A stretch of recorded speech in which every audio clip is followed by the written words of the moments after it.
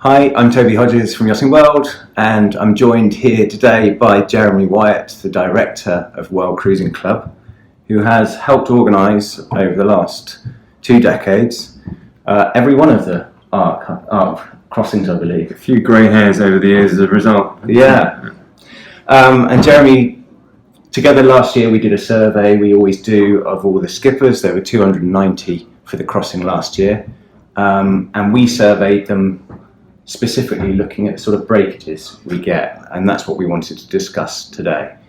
Yes, it's been really interesting just to focus in perhaps more analytical detail on what's broken. And we've run a breakages survey for almost since day one, which has been fairly loose in what it's recorded. So I think for the last 2 years, the key thing we've done is broken down into much more detail the type of equipment, the causes, the weather conditions, and the knock-on it's had, and that's been quite revealing, I think, looking at that as a pattern across the fleet.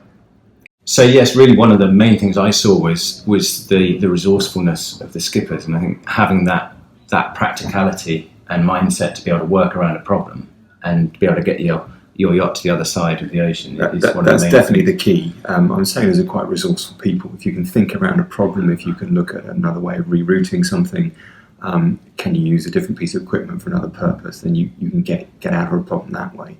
And I think the other key thing is having a good toolbox on board, making sure you've got the right repair materials and the tools to be able to effect any repair. I think one item that's come out strongly is having a good rivet gun. Joining metal to metal, you need a rivet gun. Things like gooseneck fittings, vang fittings, where you need quality tools to be able to effect a repair is quite important. So ratchet straps were quite a good one. Ratchet straps were very popular. Yeah. Several gooseneck repairs as a result of those. They really are very, very useful. Good lengths of Dyneema, obviously, for rigging repairs, that kind of thing. And mastic, the usual. I think materials that you can use for multiple purposes, I think are good. You mentioned in the writing you did for us in our report that prevention is always better than cure. What really are your top tips for someone thinking about going on an ocean passage? I think the key thing is preparing a boat properly, making sure that you have, in particular, check the rigging and spars, because quite often there'll be small corrosion cracks that you can't easily see yourself. So get a professional to check that over. And then the next key point really is vigilance about chafe. Chafe will very, very quickly destroy lines if blocks aren't turning properly, if there's a chafe point. So constantly checking, making sure that your running rig is nice and tight, your pole is properly secured, you've got the angles on the pole onto the mast track correctly, and that you're using a fore guy and an aft guy to really hold that pole tight. And then think about every single place where something is turning. Is it turning? Is it moving freely? And if any potentials for 2 items to touch, that's going to be a chafe point. And if you go through methodically on different points of sail, you'll combat a lot of the worst of the chafe.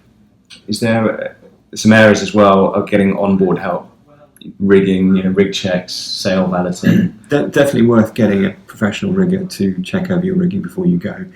He or she will see things that you're not going to spot, and that will pay huge dividends. Again, if sails are properly prepared, stitching particularly can weaken over time. The UV light degrades the stitching. Well worth having sails valeted.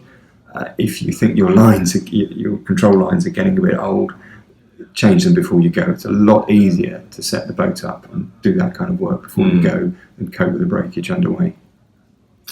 Jeremy, thank you so much for coming in to talk to us today. Thank you, Toby.